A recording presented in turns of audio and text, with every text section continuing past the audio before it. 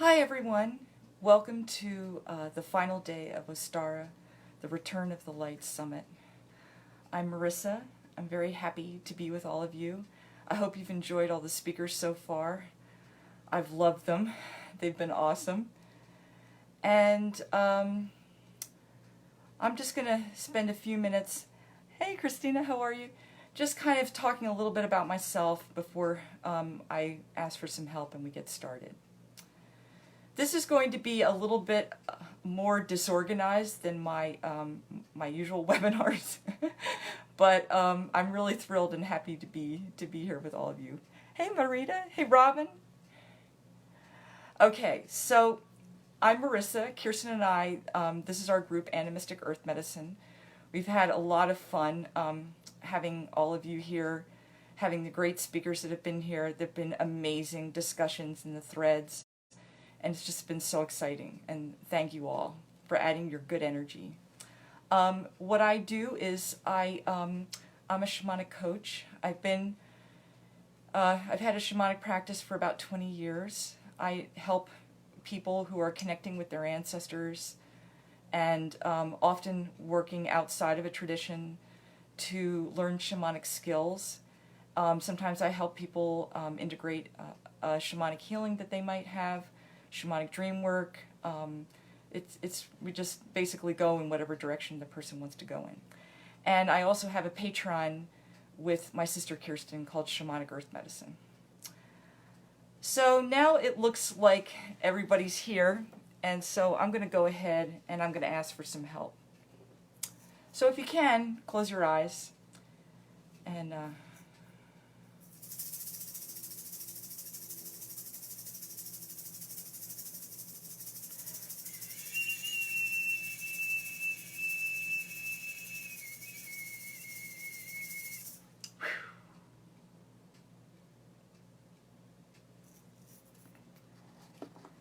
So, today I'm going to share with you spirit embodiment for earth and ancestral healing. Now, the only thing I'm going to say about this is that I probably should have changed the title, because it's really more that I'm going to be sharing with you about how spirit embodiment in animistic traditions really connects us to the web of life, which allows us to heal ancestral trauma and earth, the earth. So that's really where the focus is for today. So I'm going to be going over 3 points, and I'm also going to be looking down some at my notes. First of all, the world of land spirits. This is the world of ancestors who return to be with nature, and they inform holy places, power spots. Sometimes if you can talk easily to a tree or a river, it's probably because an ancestral helping spirit is involved in that conversation. And also how they interact with humans through negotiation, rituals, and something that the Quechua people believe in called Aini, which is divine reciprocity. The second part of my talk is going to be about embodying animal and other nature spirits associated with the ancestors. These are often called affinity spirits in the anthropological literature. And the third part, which is going to be the most personal and the most about real, actual experiences that I or other people I know have had, is going to be about embodying ancestral helping spirits. So let me just say hi to everyone. Hey Latanya, hey Lynn, hey Kirsten, hey Sandra, good to see you.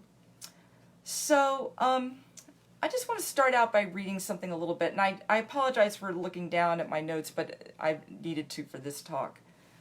But I believe that it's just as difficult to retrieve an animistic cosmology.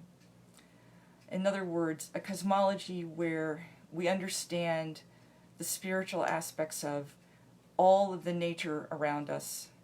We have a connection to the other world. We have a connection to our ancestors. And all of this works to create a way of life where we can feed the web of life. That I believe that it's just as hard to retrieve that for a culture as it is to do what the Sami did, which is when they had to retrieve their shamanic rituals. Because that animistic cosmology is very difficult to get and to come by. And when it's damaged, it takes a lot of people working together to each using their individual gifts to make a spirit road for the descendants to follow. And so I'm going to talk a little bit about that. It takes many people answering their callings. They take many different forms. Like, one is the firekeeper, the post that I did a couple of weeks ago about the firekeeper. That's a calling that is necessary in an animistic cosmology. Carol Proudfoot Edgar, who's a shamanic practitioner, said that, she goes, it's almost as if the spiritual work done in the last 3 decades has opened doorways through which the helping spirits are now moving with ease.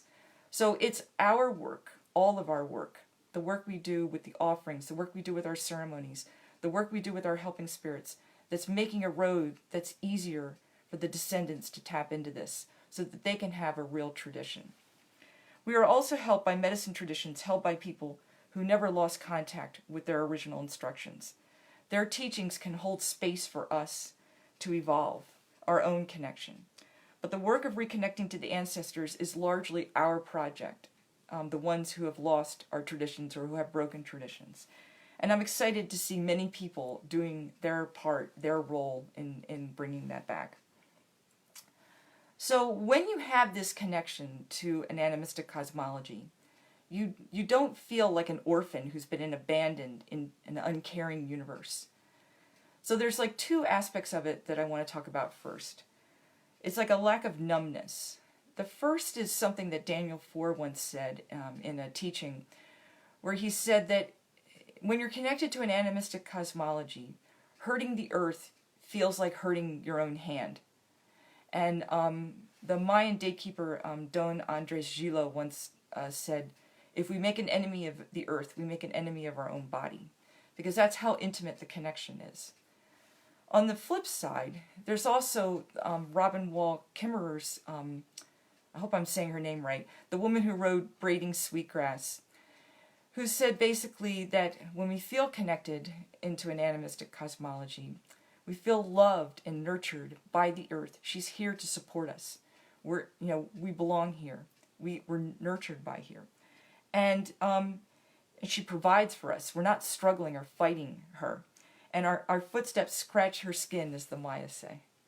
So I'm going to talk about ways that there are different aspects of embodiment that help people remind themselves in many different cultures that they're actually feeling these feelings. So the first thing I'm going to go into is the world of land spirits, ancestors, nature spirits, and how they interact through negotiation and through Aini.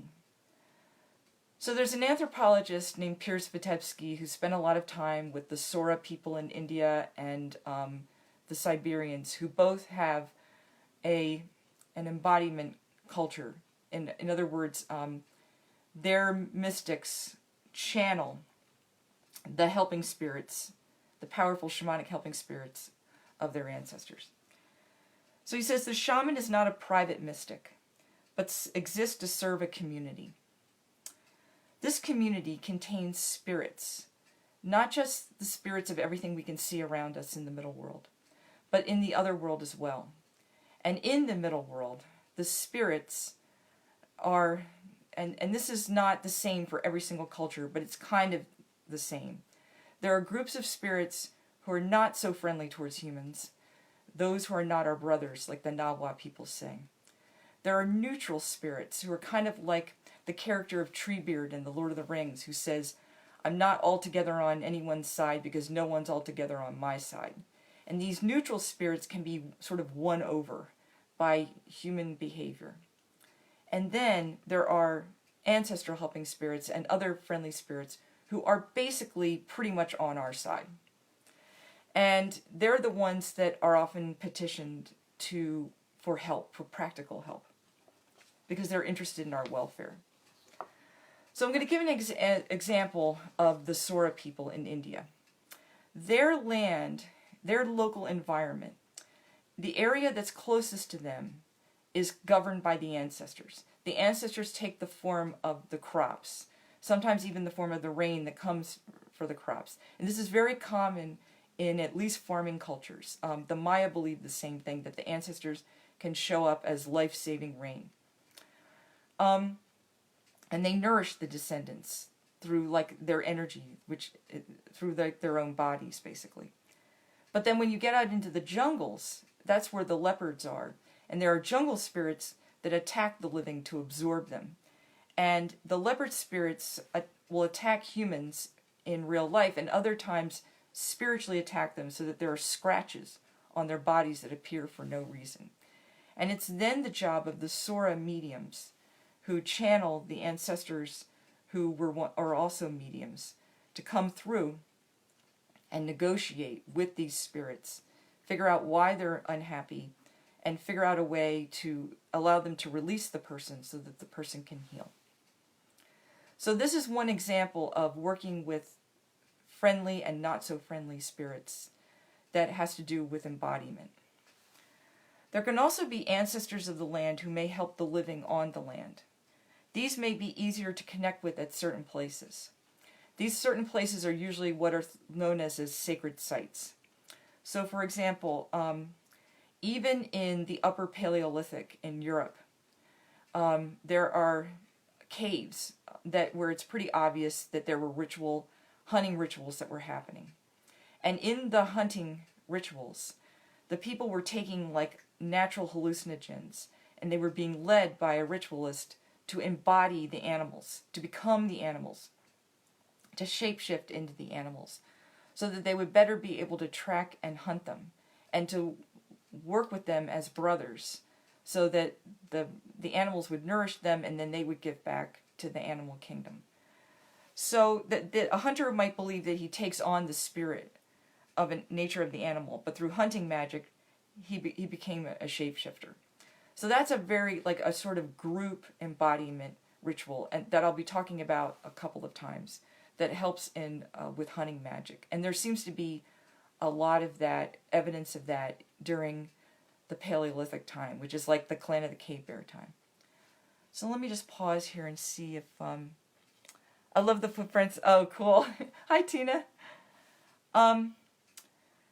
There's also another place, Pinhole Cave in England, where there is also basically evidence of hunting rituals at the same time that were done in pretty much the same way. And there's an more modern Inuit belief that a hunter can be abducted by the spirit of an animal, who have a better relationship with asking them to sacrifice themselves once they've been abducted. They've become like part of that animal society. So when they are returned, they can ask the animals to sacrifice themselves at times when other hunters are having trouble finding food. So that's another sort of shape-shifting and embodiment kind of practice. And this is like basically done by hunters who are not necessarily considered to be the ritualists. So this is an idea or a presence that's available to anyone, or to at least some groups of people. Hi, Elizabeth. The next idea is about Aini. The shaman, or Paco, which is what they're called in the Andes, lives in synchronicity with nature because the shamanic world mirrors the shaman's will, intent, and actions. This means that the things that are going on outside of you, in nature, in your environment, mirror what's going on inside of you. And the way to get right with what's going on outside is to change inside, or at least negotiate in the spirit world with the outside. So, for example, in August 1st, as I mentioned in the Pachamama webinar I did last year, it's normal to make a sort of a pit and fill it with these offerings of food and flowers and things like that in gratitude to Pachamama. This is done partially to say thank you, but it's also done to prevent earthquakes, which are a sign of her displeasure with the people for not being in Aini with her. In the Ainu people in Japan, when they kill a bear, which they need to eat, they'll offer it a feast with vodka and, like a celebration. That's their way of saying thank you. And on the flip side, when people aren't grateful, when they take too much, I did a post earlier about the Chindi spirits, the sort of whirlwind dust storm spirits of the Navajo, which can be ghosts. And sometimes these can avenge people who harm Mother Earth's creatures. So there's an idea that the Chindi aren't just troublemakers, they can also be nature's balancing, ability to balance. Yeah, so there's that. So I'm going to take a breath here as I get ready to go into the next part of my talk and see. Hi, Karen. Do you think hunters and shamans work together in Paleolithic times? Yes, I think they do, because there's an example in, there's a famous cave called, okay, forgive my French, Trois Frères. It's like Three Fathers, I think. And it's like got this painting of a guy with like, he's got deer antlers and like deer feet, but a human body. And it's pretty obvious that he was a ritualist who transformed into an animal spirit, or that he was a deity associated with that. Okay, so now I'm going to go on to my second point, which is about embodying animal and other nature spirits associated with the ancestors' affinity spirits. I believe the fascination that people in our culture have with power animals isn't just because of Michael Harner. I think it's because it's sort of like the last vestiges of this very common way of embodying they either clan totems or personal empowering helping spirits that were connected with both the ancestors and with the natural world. And that even though this does not look this way in traditional cultures, like traditional shamanic cultures don't work with power animals the way we do in the West, I think this is like sort of like a survival of that very old way of working that I think our people once had. And many traditions have different ideas about animal spirits and what they do, but there are some things that are in common. So I'm going to talk a little bit about embodying animal spirits or embodying nature spirits that are affinity spirits. Affinity spirits are spirits that have to do with relationships that the ancestors made with the natural world, like partnerships. So this can be clan totems, it can be like saints. If your family has always been close to saint something or other, that can be an affinity spirit. It can be a deity, but it can also be a wide range of nature spirits. So, oh, good. Hi, Melody. So I'm going to talk a little about the Bushman people who are known as the San.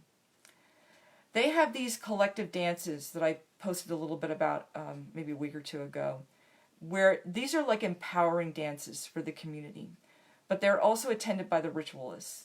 And in the community, as they do their singing and dancing, they're filled with power from their deities. And the deity takes the power takes the form of like energetic nails or like arrows. And this is actually a good power, and they're thrown at each other. They throw them at each other. But this is done to bless and empower one another so that there will be greater health in the community and strength. And in one of these, one of the ritualists had to leave the ceremony and go off, and he basically shapeshifted into a lion. And it was very painful for him. And when he came back, as a human, he was able to heal. So that's a situation where you're not just embodying, you're actually taking on the physical form, like a cellular shapeshift of the energy, really becoming that other. And usually, most of these animal spirits that people shapeshift into in these cultures are very closely connected to not just the environment, but to the ancestors in a very powerful way. Another way of working with this is from more influenced by the Huichol tradition. And one of the ritualists who teaches Westerners was talking about his relationship with the wild turkey. And that when he works with the turkey in spiritual work, he actually remembers times when he was with the turkey out in nature, powerful and important synchronistic events that happened to him. He might merge awareness with it. while healing or divining. This isn't quite the same thing as the spiritual embodiment that happens in the classic shamanic traditions, where the people like literally transform into the ancestral helping spirits, but it's still a very powerful merging and embodiment that happens, and it allows the healer to do things that they would not normally be able to do. Also, it allows you to work with its unique qualities and powers. And sometimes the animals will sacrifice their lives, not through hunting, but through actual, just a dead animal will be in the person's path, to allow the person who has that animal spirit as a partner to retrieve some part of the carcass and use as part of their ritual work. So a story I can tell that is from my life is there was a woman I knew who was very talented, very gifted as a healer, as a shamanic healer, and she was wanting to study with the Sami, and she couldn't make up her mind whether she should do it or not. So what happened is she basically was driving in her car, and a hawk, like a red-tailed hawk, just ran right into her car and was killed instantly. So she was able to take the body home and respectfully work with it and turn that into medicine objects. And she did wind up going and visiting the Sami. It was very powerful for her to work with indigenous people who were Northern Europeans. So this is a way that the animal spirits can connect with us and be with us, and then work with us in ritual work that is a little closer to how traditional people work. Once you have this connection, you can also take this into shamanic dreaming. This is another place where you can embody or merge with these spirits. Some teachers will suggest that you intend to meet your guardian spirit in a dream. You bring in your ritual objects, put them close to your body as you dream. And if you have a lucid dreaming or a shamanic dreaming practice, you can intend to go into the dream world and merge with the animal or plant spirit, the affinity spirit. And this is a very powerful and empowering dream that where you come back from the other world with gifts. It's very common for this to happen. My guardian animal spirit turns out to be connected to an ancestor who helps me with shamanic work. I didn't know that these could be called affinity spirits, and that they often give special help to the ancestors who honor them. So they may, if you live in a place that's not where your ancestors live, you may have an affinity for an animal or plant that is of their land, or you may have one for something that's local. But it's not uncommon to have, of course, people also have affinity for animal spirits that are connected to the traditions that are their, that they may work in that are not of their blood ancestors. And I'll be talking a little bit about lineage ancestors later. So, so the third thing I'm going to talk about embodying ancestral animal spirits or affinity spirits is working with them doing healing or protective work. There's an Inuit weasel effigy, which is used to either attack energies that are harmful, or you can actually, if they're fighting each other, they will attack the other shaman with it. And it's an actual carving, but the carving allows the spirit to go into the shaman's body and then go out. And then the shaman retrieves the spirit and it goes back in again. This is a very powerful way of working. Another way of working is the woman who does weather shamanism, Nan Moss.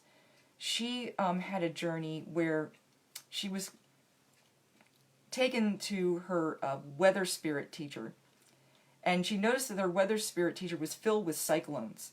This is a little bit like some of the Chindi, the good dust storm spirits. And these cyclones had the power to extract disease-causing spirits.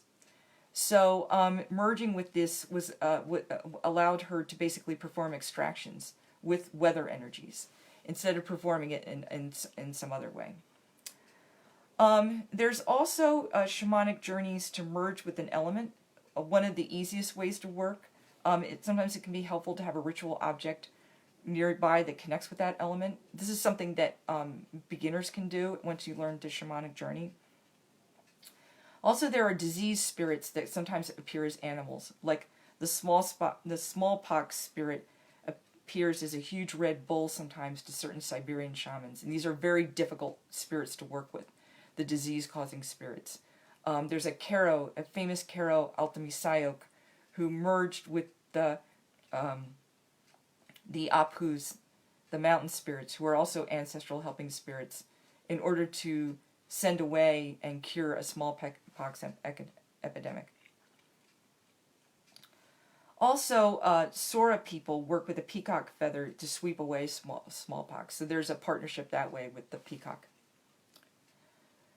So now, before I get into the third part of my talk, let's just see how I'm doing for time and see if there's a few questions. I've always connected to reindeer as a child and never understood why until I took my DNA test and found out it was an ancestral affinity spirit. Yes, that's very powerful. Yeah. Yes, I'll be interested to see how the serpent reveals its connection to you as well, because you're caretaking it and observing it. So that's really powerful. So now I'm going to talk about the trickiest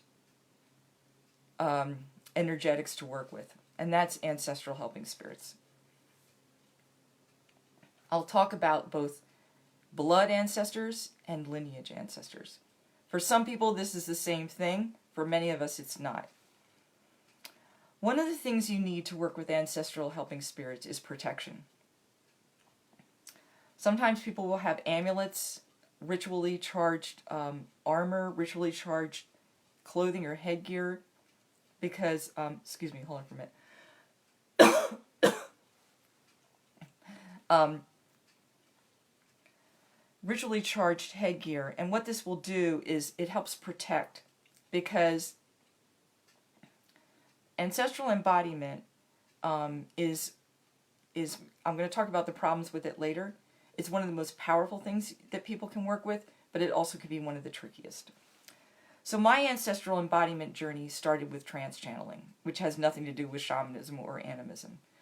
I was taught by a spiritualist, an older man. He would channel or embody his, I think, grandmother. And that connected him to his helping spirits. And he would hold space for people so that when they started to learn to be a medium, no foreign energies would come in that were not wanted or needed.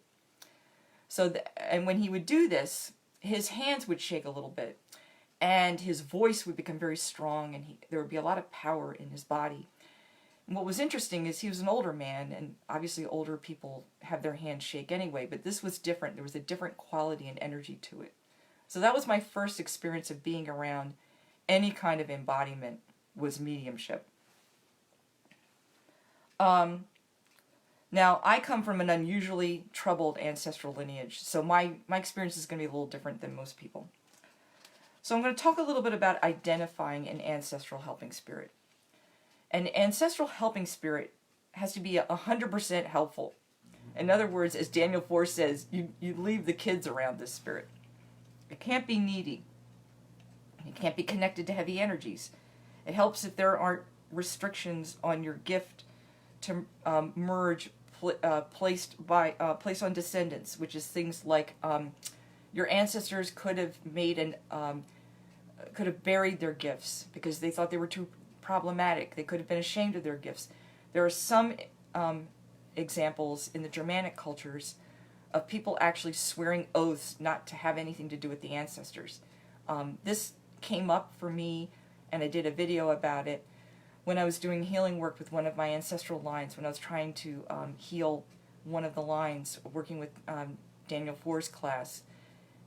And 3 days later, I saw a movie where there was this, it's called Red Bad, and it's about a Dutch hero at about the time of Charlemagne, maybe a little bit before, and when the people were still pagan. And they tried to make him swear an oath that he would not have anything to do with his ancestors, and he wouldn't do it.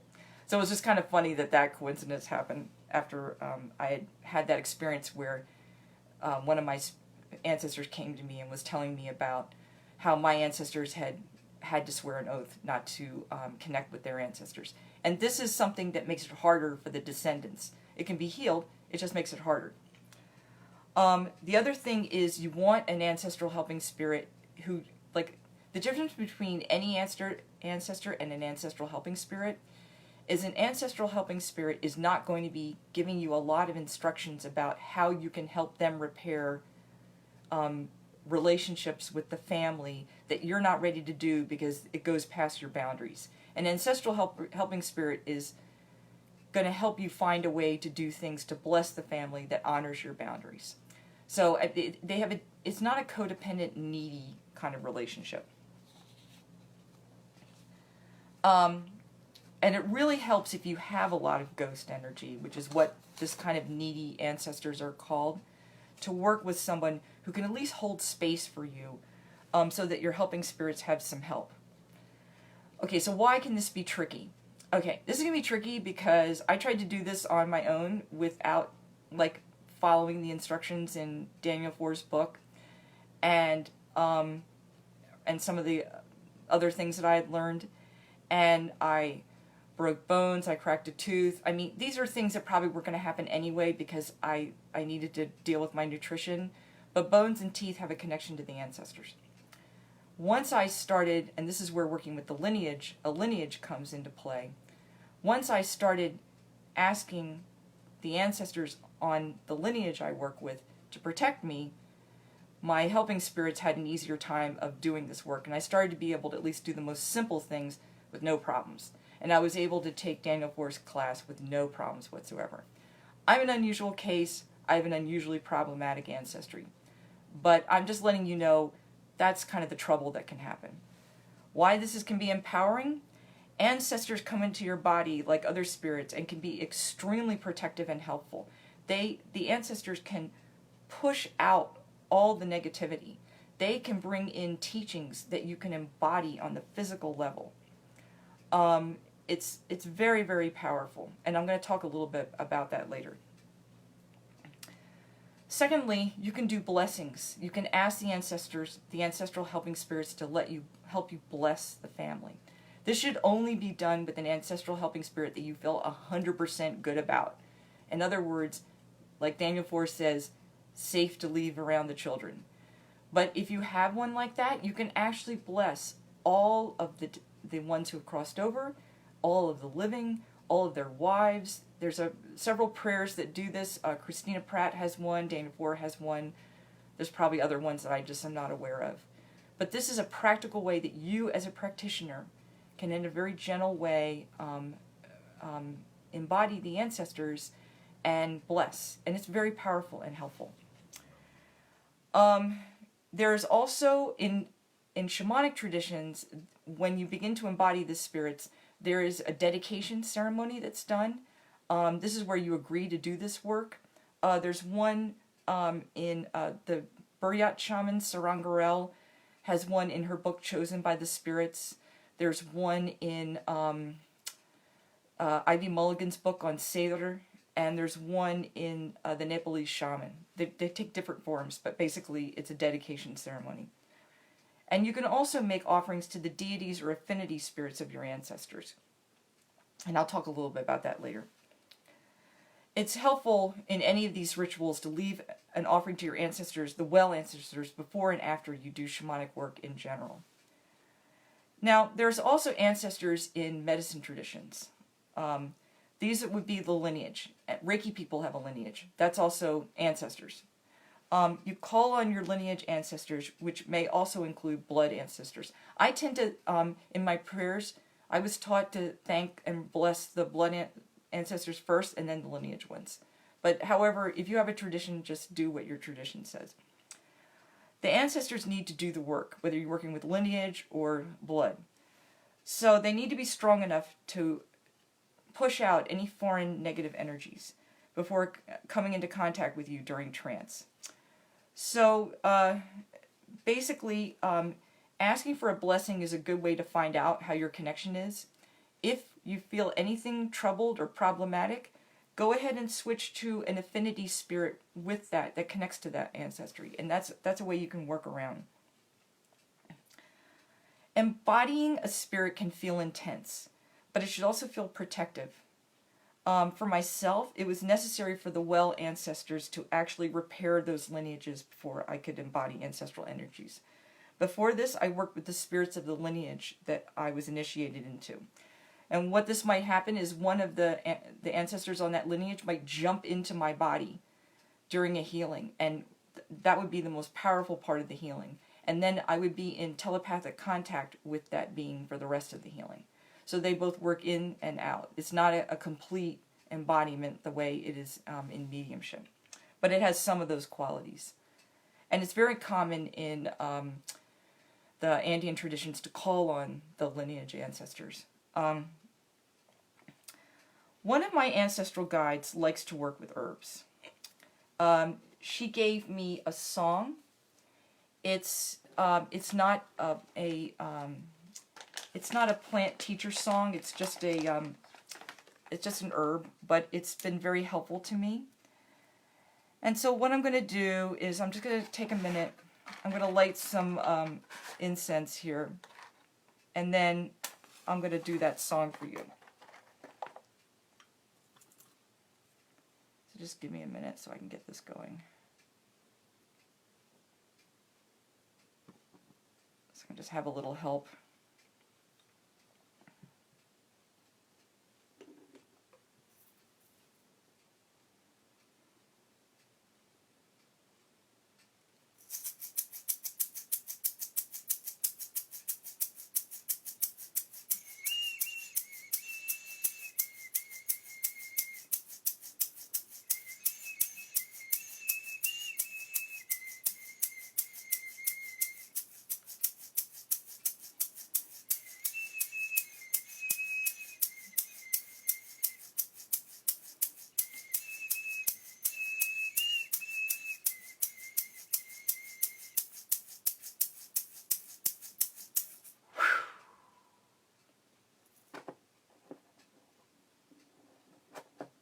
So that just gives you a little taste of what working with the ancestors can feel like. I found it to be very grounding and helpful in many different ways. During the last couple of days, there's been a lot of chaos and logistical stuff to deal with, and I've been asking for frequent blessings from my ancestors, and this has been very helpful to me, and may be helpful to some of you. So there are also non-human ancestors. These are plants, animals, deities, elements. On one of my lineages, the ancestors are particularly attuned to animals. And these ancestors just happen to be French. So one time I was at a party and there was a local scientist who happens to be French who was talking about her work with, she's a biologist, she was talking about her research with jellyfish. And she said, it's very exciting to find out about these ancestors. And my ancestral helping spirits jumped in my body and were like, pay attention to this. This is like much closer to how we thought of animals than how you're thinking about animals. And obviously scientists know that we're descended from other animals, but the idea of really thinking about it as an everyday thing is part of being part of this animistic cosmology that we're trying to bring back at this time. So, merging with an animal or a plant spirit can happen in journeys, shamanic dreaming, also singing power songs, and that's one of the reasons why people create power songs to do that. On the mineral side of things, there are something called wild stones in the Andes, which are basically stones that you find at holy places where ancestors have actually merged with the stones. Sometimes these can be problematic if people accidentally take them because they're meant to be left at the holy place. But sometimes they're used ritually as well. Rocks are often containers for spirits because they're so durable, and they sometimes keep special stones. Shamans will do this. Some people believe that crystals are like crystallized light, and so there might be spirits of older shamans in them, or there are stones for calling buffalo that the Lakota people have. So there are different ways of working with stones that connect with this animal and ancestry energy. There can also be trees that are like spirit trees. That's a tradition that Evelyn Riesdick teaches. And the easiest way to work with a nature spirit in your area is to ask one of your well ancestors to identify a tree, a rock that wants to partner with it to work in this way. And then you can go there and leave offerings. This is something I've been doing for several years. My sister does it. Other people do it in the group. Jessica does it, I'm sure. There's a lot of very powerful ways of working in this way. And this is a way of connecting with the land spirits in your area, as well as your blood ancestors. Ancestors of the land may also be power spots or holy places. I was fortunate enough to find a bayou near my home called Hudson Bayou. And this place began to teach me. It even showed up in a dream, the spirit of it. And these are actually ancestors of the land. Now, if you live on land that your blood ancestors don't live on, it's usually considered to be safer to call on the nature spirit than to call on the actual ancestors. But it's safe to honor them. That's usually how it's considered, sort of the general protocol. But if you're helping spirits that you trust and rely tell you to call on the ancestors of the land, then do so. I mean, it's really up to the relationship you have and the trust you have with your helping spirits. You can journey to your helping spirits and ask if it's appropriate to merge with part of the land. Often this is an area where some of these helping spirits are hanging out, these ancestors of the land. Trust your gut. Your gut can also tell you in a journey whether something doesn't feel right. If it's not appropriate, you may ask to meet an ancestor of the land who will teach you. Because ancestors of the land are very important. They have important information about how to live here. The ancestors, your blood ancestors or the ancestors of a tradition can give you songs. Songs are incredibly empowering. You can empower a cloth with them and then wear it. You can empower stones and place them around a person during a healing with a song. You can sing your thanks to outdoor, to places in nature, like what Elizabeth did with the song she did yesterday for the water. So it becomes a type of offering. And there's a special power in the Amazon traditions, the tobacco traditions, where they might give a patient some mapacho and sing into it. And this empowers it with the spirit of it. And so the person goes home, lights the mapacho, and blows it around their body, and that helps the healing to continue. There are also special songs that are dedicated in gratitude to honor a spirit helper. I have one for one of my plant spirit helpers that I only sing it for that reason. It's an honoring song. I sing it once a week as part of the protocol to work with that spirit. And it's only used for that purpose.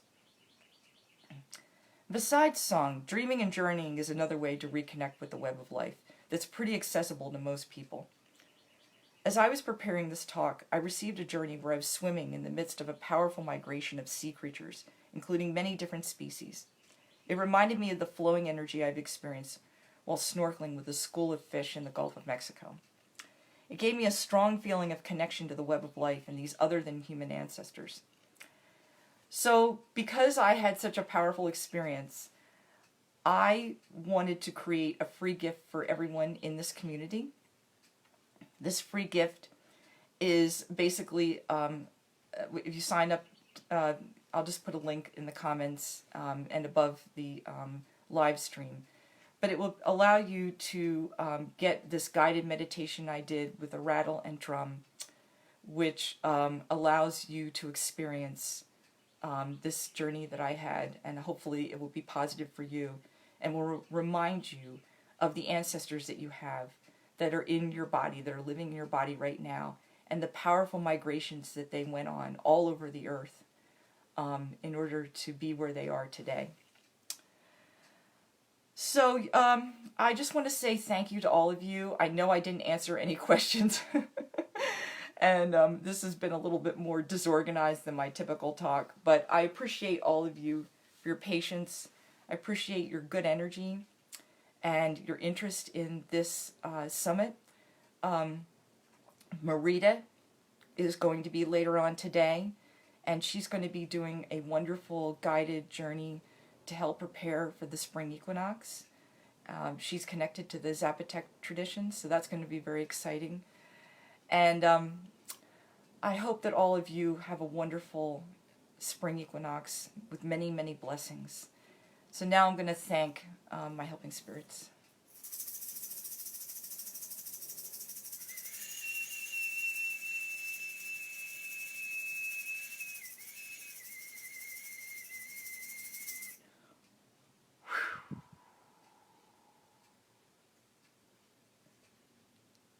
Thank you. Blessings.